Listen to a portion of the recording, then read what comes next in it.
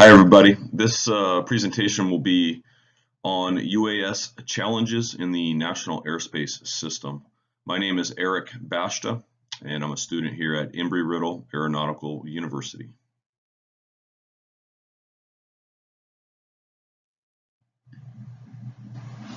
National Airspace challenges. Now there's going to be a number of challenges with respect to UAS as well as UAV and drone use as it pertains to the National Airspace System.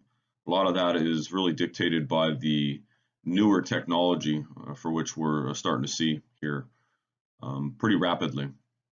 One of the first things that's going to happen is we're going to have to maintain a high priority of safety while implementing rules and regulations for adaptation of UAS/UAV into the National Airspace System. And that's really the biggest priority when it comes to the FAA and the guidelines, policies, procedures, and whatnot that they're going to have to come up with, or that they have partially come up with to date. Now they're going to have to adopt common sense guidelines. These guidelines are going to need to be readily available for review and implementation by various departments, whether that be the Department of Transportation or the FCC. All of these departments are going to have to work in combination to provide a greater safety net to aircraft, both manned and unmanned. They're going to need to create mindful procedures which take into consideration both the First Amendment and the Fourth Amendment. And then lastly, they're going to need to develop policy to increase awareness for both the piloted and non-piloted aircraft. And that policy is going to probably change throughout the years, but nonetheless, it's going to be important in providing a foundation for UAV operators as well as regular manned aircraft to coexist together, and so that safety becomes paramount with those challenges.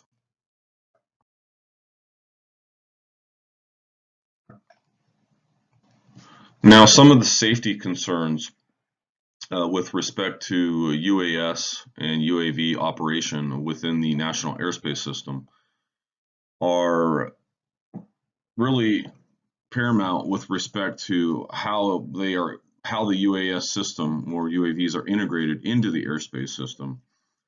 Safety, again, is the utmost concern by the FAA. Now, there's several things that they've already done.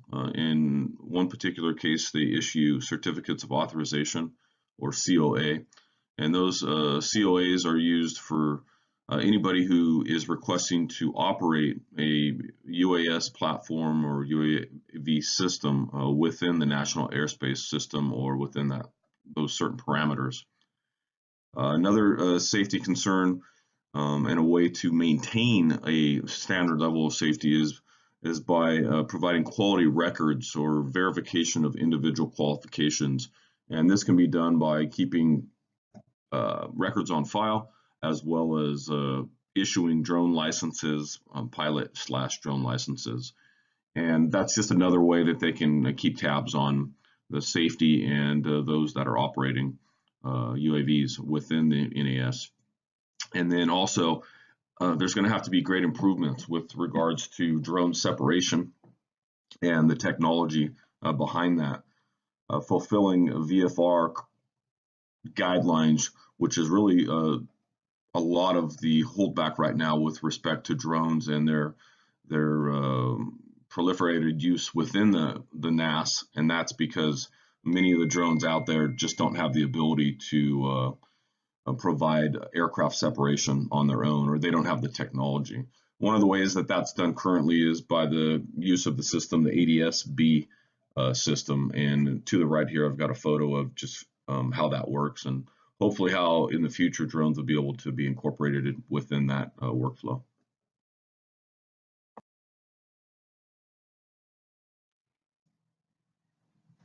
Adopting guidelines. Again, a lot of this is really the establishment of policies and procedures. And right now, all of this information is at its infancy with regards to what has been established and what is currently being used and what's out there for drone pilots, both in the commercial field as well as the civil and military fields have to use.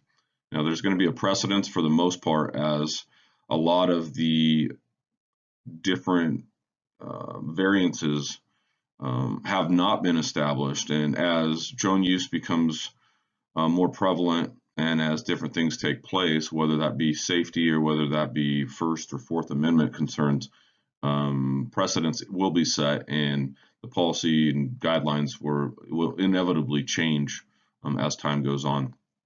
Currently, the FAA is responsible for adopting procedures worthy of inclusion of UAVs and UAS into the National Airspace System. And then also included is the Department of Transportation and the FCC, and they provide assistance to the FAA, and between the three of them are ultimately coming up with many different guidelines with respect to drone operation and its incorporation into the NAS.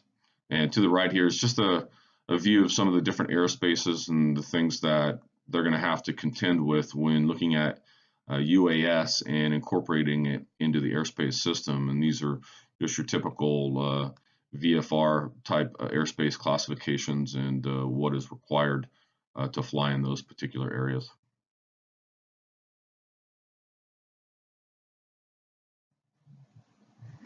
And again, developing policy, that's the main thing here with respect to the FAA and what they have to do and what they've already begun to do.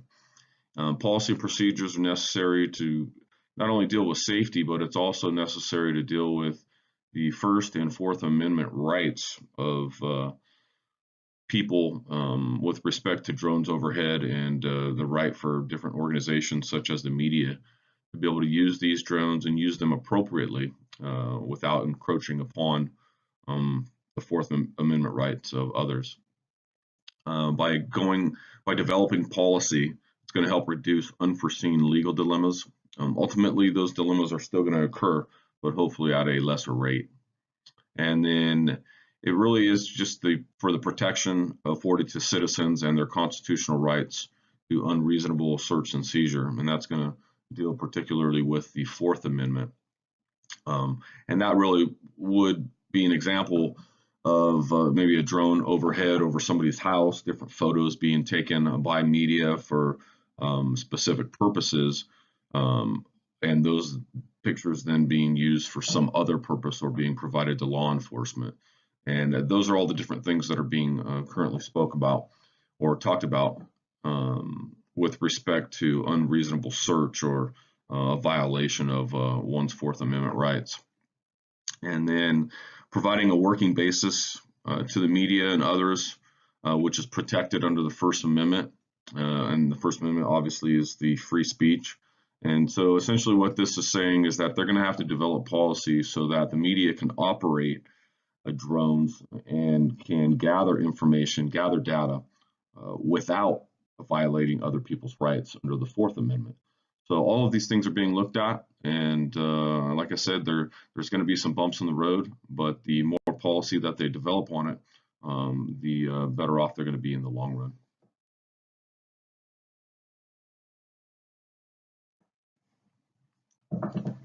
Developing procedure surely will not be easy. UAS/UAV technology is increasing exponentially and necessitates the development of broad procedures. Blending UAS into the National Airspace System will require a fluid transition, as well as changes to the existing models for which manned aircraft already use. And then obstructions, errors, all of these things are going to be a natural part of progression, and it's going to allow for further development. And that's going to relate to different things such as how data collection is gathered and how data is stored after it's gathered.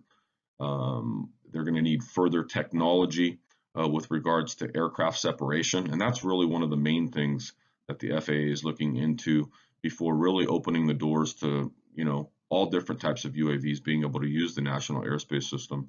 There's got to be the ability to essentially see and avoid, which falls under your VFR or your visual flight rules currently. And then licensing. Currently, they're dealing with that by licensing people So because of the licensing, there are fewer people that have that specific right to operate drones within a national airspace system. And I believe until further policies and procedures are established, it's going to continue to be that way with respect to the different types of licensing.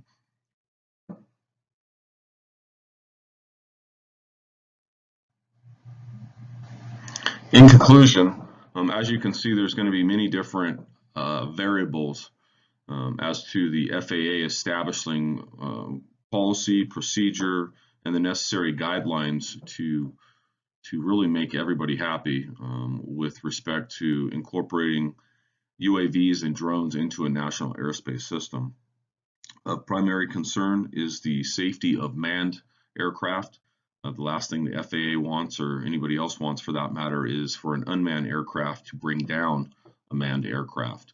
So much of that is going to be the primary focus of the FAA for many years to come. But there's so many other things that have to be considered, as we spoke of previously, with regards to both the First and the Fourth Amendment, and that's more so for people and the drones themselves, and the breach of security, breach of one's rights, as well as search and seizure and whatnot.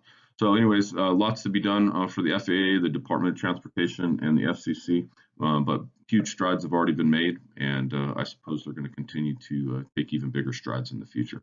Thanks for listening. Have a great day.